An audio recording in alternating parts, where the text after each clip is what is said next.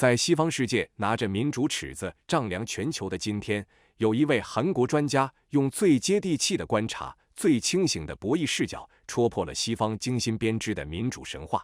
他没有站在意识形态的制高点说教，而是盯着中国大地上实实在在的实践、脱贫攻坚的成效、大国治理的困境、制度适配的逻辑，一步步拆解出一个真相：中国人不喜欢西式民主，不是因为不懂民主，而是因为我们有自己的民主，不是一人一票的形式游戏，是解决问题的实质民主，不是政党对立的内耗工具，是凝聚共识的治理体系。这场对谈，与其说是一次观点交流，不如说是一次西方民主泡沫的祛魅，更是一次中国式民主逻辑的解码。视频一开始，这位韩国专家没有从抽象概念谈起，而是选择了一个极其结果导向的切入口：脱贫。他说，中国人民感受最深、体会最明显的成就之一，就是在短时间内彻底消除了绝对贫困。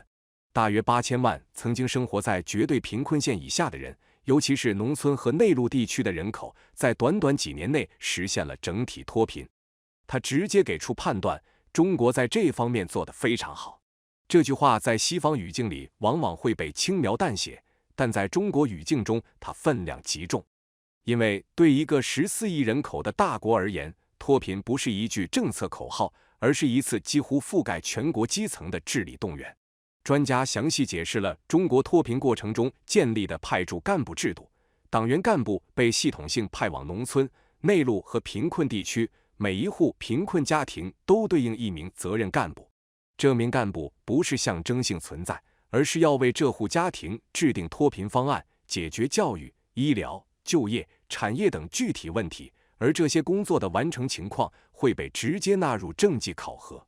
중국 사람들이 가장 강하게 체감한 성과인데요. 그 빈곤, 절대 빈곤을 탈피시켰다는 것입니다. 약 8천만 명 정도를 절대 빈곤에 있었던 사람들을 탈피시켰는데, 특히 농촌이라든가 내륙 지역에 그게 많지 않습니까? 그래서 중국이 공산당을 잘 쓴 것이죠. 어떤 식으로 했느냐? 파견 간부 제도를 만들었습니다. 간부를 1가구, 빈곤에 있는 농촌이나 내륙 지역에 1가구당 한 사람씩 파견 간부를 붙여가지고 이 집은 어떻게 하면 빈곤을 탈출했는지 그걸 갖다가 이 공산당원들도 성과로 또 인정을 받는 것이니까요. 1대1로 붙어갖고 그 절대빈곤 8천만 명을 主持人甚至有些吃惊地反问，也就是说，全国约1亿党员对8000万极端贫困人口开展了近乎1对1的结对帮扶。专家没有回避，反而确认了这一点。从中国观察者的角度看，这段内容非常关键。它揭示的不是善意，而是一种高度组织化、强执行力的治理模式。它不依赖周期性选举，不依赖政治口号，而是通过行政体系、责任绑定和考核机制，把国家意志直接压到最基层。这种治理逻辑本质上是一种效率优先型民主实践，不是投票决定政策，而是用结果验证合法性。专家强调，中国人对这件事的感受是切实的。虽然8000万人口听起来是抽象数字，但换算成家庭，大约是4000万户。对这些家庭来说，变化发生在住房、收入、医疗、教育这些最具体的生活层面。这种体验会直接转化为对国家治理能力的评价。 전국에 1억 명의 공산당원이 극빈곤층 8천만 가구를 상대로 1대1 매칭을 시켜서 이들을 어떻게 빈곤에서 탈출하게 해줄 것이냐라는 프로그램을 진행했다. 한 가구당 한 가구당 파견 간부 한 명이 가가지고 이 가구는 어떤 문제가 있으니까 어떻게 하면 정부에서는 어떤 식으로 도와줘야지고 지방 정부는 어떻게 이런 문제는 규제를 이렇게 풀어줘야 돼 해가지고 몇 년 만에 8천만 명의 절대 빈곤층이 해방됐다, 완화됐다. 이것을 중국인들은 체감하고 있는 거예요. 가구 수로 보면 이제 8천만 명이지만 뭐 한 4천만 가구가 되든 뭐 이렇게 될 텐데 어쨌든 공산당이 직접 나서서 절대 빈곤에서 탈출시켜줬다. 그게 성과의 하나고. 话题一转，专家聊到了中国的治理困境，说出了中国人常挂在嘴边的那句感慨：中美博弈。专家回顾了2018年中美关系急剧恶化之初，中国社会的真实情绪：恐惧、不安、担心被美国遥遥领先。但回看这几年，美国的处境反而更为不利，而中国增强了韧性。这段分析精准捕捉到了中美博弈的核心变化。2018年，特朗普发起贸易战，西方普遍认为中国会垮掉，因为他们用西式治理逻辑预判中国一旦外部压力加大，内部问题就会爆发。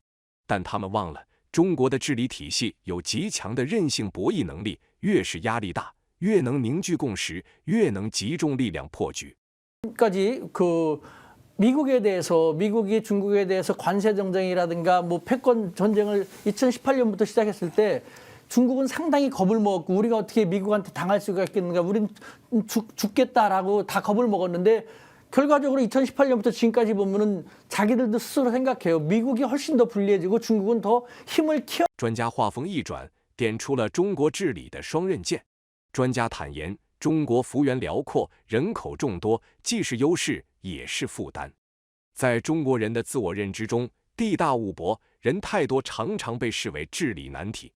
土地太大，人口太多，意味着地区差异巨大，利益诉求复杂，问题密集爆发。他用了一个非常形象的比喻：打地鼠。一个问题刚压下去，另一个又冒出来，稍有失控就可能引发连锁反应。这种状态下，任何治理体系最忌讳的就是低效、内耗和长期拉扯。 내성을 키웠다라고 생각하고 있거든요. 나라가 너무 크고 사람이 너무 많아서 그래요. 그래서 우리는 중국이란 나라가 크고 또 천연자원, 지하자원 되게 많지 않습니까? 사람이 많으니까 시장도 커서 부러워하는 측면도 있는데 중국인의 입장에서 바라볼 때는 중국인들이 스스로 생각하는 중국이 지닌 최대 문제점 중에 하나가 바로 띠따론뚜어입니다. 띠, 땅은 따, 너무 크고 론, 사람은 뚜어, 너무 많다.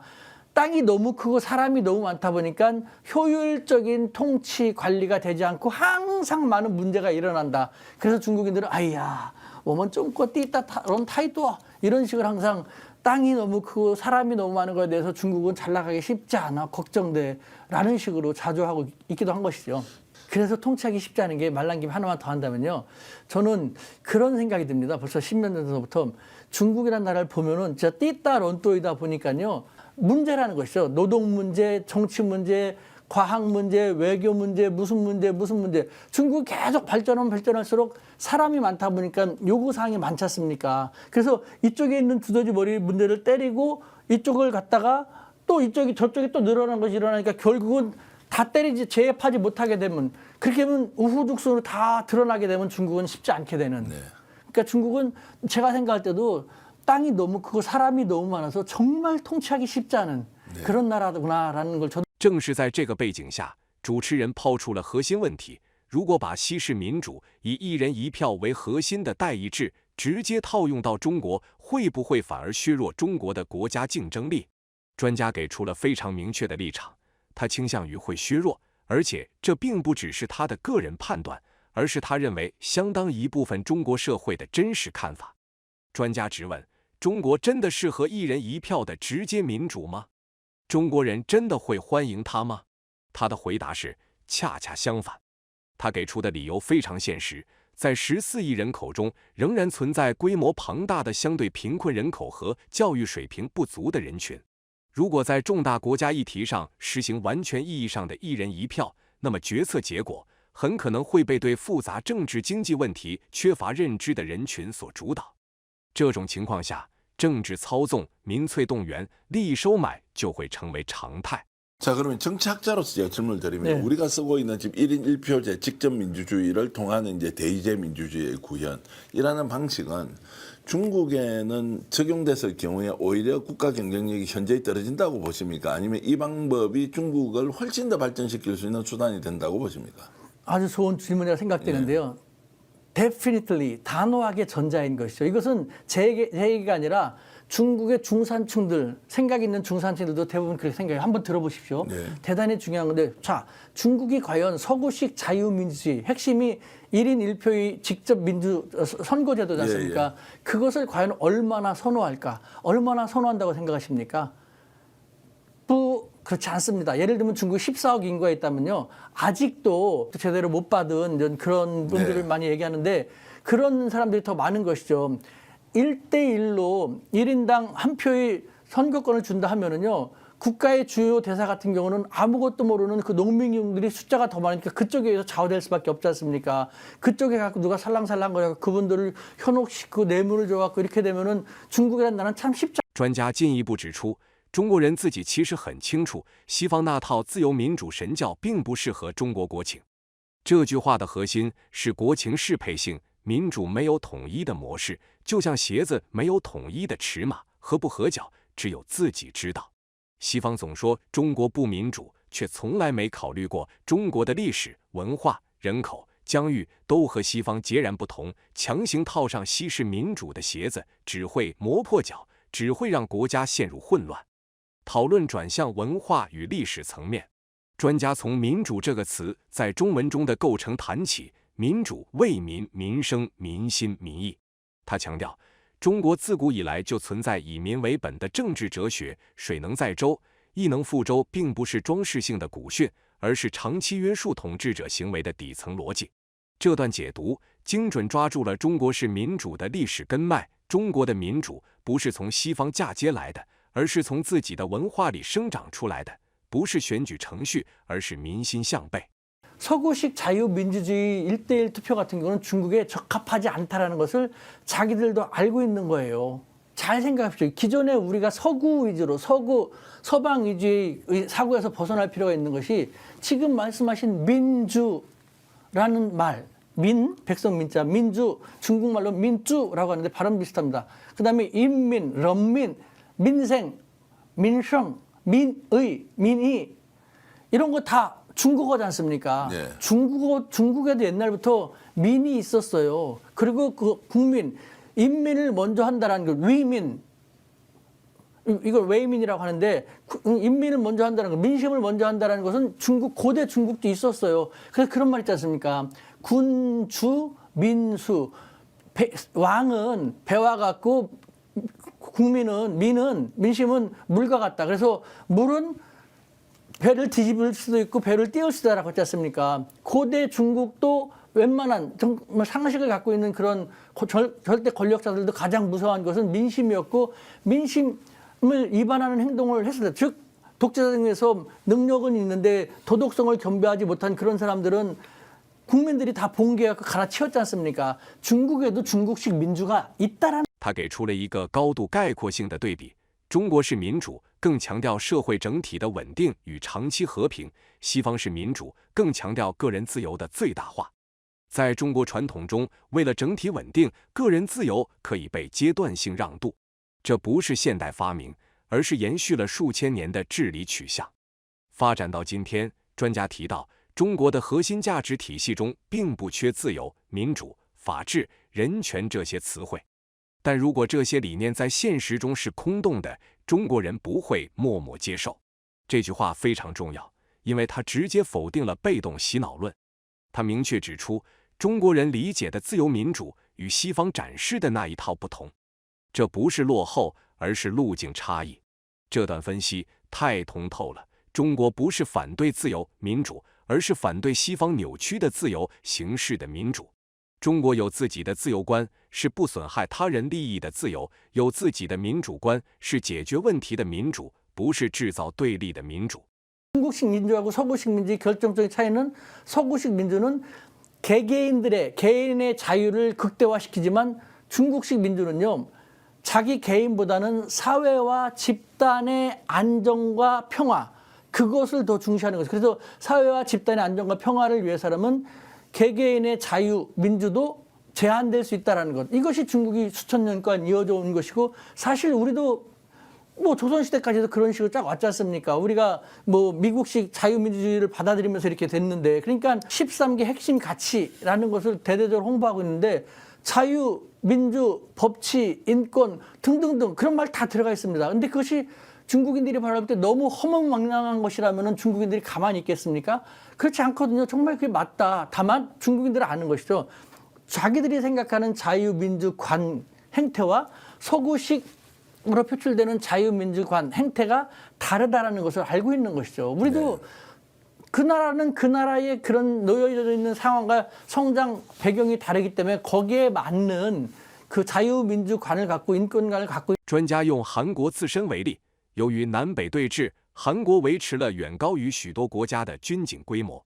如果有人因此指责韩国军国主义，显然是不公平的。制度必须放在具体安全环境中理解。 어느 정도 인정을 해줄 필요가 있는 것이 우리가 지금 남북 분단 때문에 군인이 상대적으로 다른 나라보다 많지 않습니까? 일본 같은 경우는 뭐 사회 도처에 우리 군인들 휴가 나온 군인이건 뭐건 이렇게 많지 않지 않습니까? 그걸 보고 한국은 이상하다. 왜 이렇게 군이 많아? 이거 군 국가네. 뭐 이런 식으로 얘기한다면 그것도 뭐 어떻게 생각하겠습니까? 그러니까 너무 한쪽의 잣대로만 바라보는 것보다는 양측을 다 고려할 필요가 있지 않을까라는. 主持人试图用西方的统计数据反驳。 自由民主国家整体更富裕，这是西方常用的话术，把少数西方国家的发展等同于西式民主的胜利，却忽略了很多实行西式民主的国家陷入了贫困、混乱、动荡。专家直接戳破这个谎言。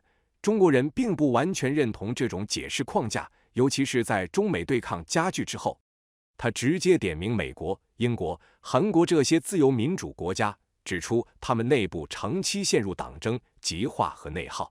对中国而言，这种政治形态并不具备吸引力。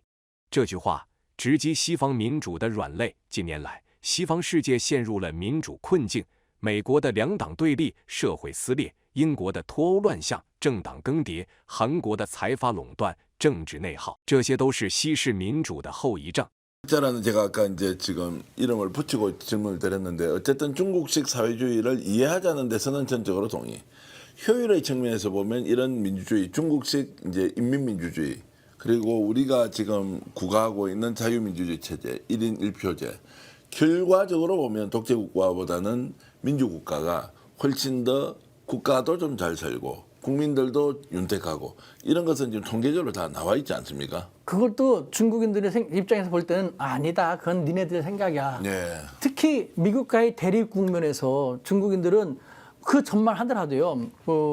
서구식 자유민주주의 대통령이라든가 뭐 이게 부러워했는데 보십시오. 지금 자유 1인 1표의 자유민주를 선택하고 있는 서방 국가와 중국식 사회주의를 선택하고 있는 이 국가 어느 쪽이 계속해서 안정적으로 발전을 구가하고 있습니까? 네. 자유민주주의 대표적인 국가라는 미국이라든가 영국이라든가 그다음에 자기네 바로 옆에 있는 한국 같은 데 보면은 늘 자유민주라는 이름 때문에 서로 여야 나눠서 좌파 우파 보수인보 나눠서 계속 싸우고 대립만이 아니라 양분만이 아니라 사분오열돼 갖고 지금 중국 자기들하고 미국이 싸우면서도 적전 분열돼 갖고 중국 앞에서 공화당, 민주당 분열되고 공화당에 또 분열돼 갖고 계속해서 자중질환을 일으키고 있다. 우리는 저런 거 필요 없어. 라는 게 중국인들의 생각인 거예요. 主持人抛出了一个尖锐的选择题：如果作为第三国公民，在完全不了解意识形态的前提下，只看生活稳定性与发展前景，你会选中国模式还是韩国模式？专家的回答很诚实，如果都了解，他还是选韩国。 但他也坦诚，中国是制度的优势正在不断凸显。这段话没有刻意吹捧，也没有刻意贬低，而是基于现实的观察。韩国的民主有自己的优势，但也有明显的缺陷；中国的制度有自己的特点，但其优势正在不断显现。主持人似乎得到了鼓励，坚持认为，最终中国也终究不得不接受西式民主。这是西方的惯性思维。 总认为自己的制度是终极真理，其他国家迟早会靠拢自己。专家直接反驳：中国数千年来延续着自身的发展道路，优势也正在不断显现，怎么就会去选择弊端越来越明显的西方民主？这段反驳充满了博弈智慧。西方总说中国要向西方学习，却从来没想过自己的制度已经出现了严重的问题，反而应该向中国学习凝聚共识、高效治理的经验。 좀 얄궂게 질문 한번 드려보겠습니다. 괜찮습니다. 제3국에 지금 존재하는 우리 우수근 교수님이 중국 인민으로 살래, 대한민국 국민으로 살래라고 만약에 이런 선택지를 놓고 아무런 내가 생각이 없는 제3자예요. 그러면 중국식 인민민주주의하고 대한민국식 자유민주주의 중에서 어떤 걸 선택합니까? 저는 이 대한민국 자유민주주의 맛을 이미 알았기 때문에 아니, 모른다고 치면요. 모른다고 지금 중국식으로만 살았다면 그쪽을 선택할 수도 있겠죠. 왜냐면은 선택되는 대로 갔을 것이고 양쪽을 다 안다고 보면 어떤 걸 선택합니까? 그러면 저는 그래도 이쪽 맛을 알기 때문에 이쪽을 좀 선택하겠는데 저는 중국식 그 사회주의의 장점 같은 게 점점 더 많이 부각된다는 걸 많이 느끼거든요. 근데 그래서 결국 많이 좀 섞여졌으면 좋겠다는 생각이 들어요. 결국 중국도 이제 자유민주주의 체제를 여기 생각인 거예요. 그래요. 중국은 수천 년 동안 자신이 살아온 방법이 있고 네. 그 속에서 안정을 구가하면서 지내왔거든요. 이 이질적인 것을 더군다나 이것이 압도적으로 좋으면 모르지만 점점 자유민주주의 허점이랄까 폐해가 많이 노출되고 있지 않습니까? 最后，专家给出了一个非常中国式的总结：中国并不执着于主义标签，真正追求的是在稳定社会中持续过上好日子。用他的话说，中国人信奉的不是民主神教，而是一种极其朴素的富裕主义。 굳이 그렇게 할 필요 뭐 있어. 다만 중국은 지금 사회주의, 공산주의, 마르크스 레닌이 만든 오리지널 사회주의, 공산주의가 아니지 않습니까? 중국 특색의 사회주의, 중국식 현대화라고 하지 않습니까? 자기들 마르크스 레닌주의가 만든 사회주의 특색을 가지고 지금 다양한 자본주의 국가라든가 서구 민주주의 국가에서 필요한 것은 자기 것으로 계속 만들어들이면서 흡수하고 있거든요. 그러니까 중국은 이념을 생각하지 않아요. 네. 사회주의 그런 거 필요 없어. 중국 사람들도 굳이 말한다면 부자주의, 자기들이 지향하는 건 부자주의입니다. 독재건 뭐 아니면 뭐건 상관없어. 우리를 안정된 사회 속에서 계속해서 잘 살게만 만들어주기만 하면은 누구든지 상관이 없어라는 그것이 바로 중국적인 생각인 것이고 너무 우리적인 생각에서 자유민주주의 1대1 투표를 원할 것이다. 중국인들은 점점 아니야. 우린 그런 거 필요 없어. 물론 외국에서 유학하고 그다음에 뭐 생각 소신을 가지고 중국에도 자유민주주의 1인 1표제를 도입해야 된다라고 말하는 전문가도 있을 수 있겠지만 그것은 극소수에 불과한 것이죠. 从中国观察者的角度来看，这期视频的价值不在于他替中国辩护，而在于他揭示了一个经常被忽视的事实：制度之争本质上是一场长期博弈，而中国选择的是最符合自身条件的那条路径。它不完美，但它有效；它不迎合外部话语，但它回应了内部需求。这正是很多中国人并不执着于西式民主的根本原因。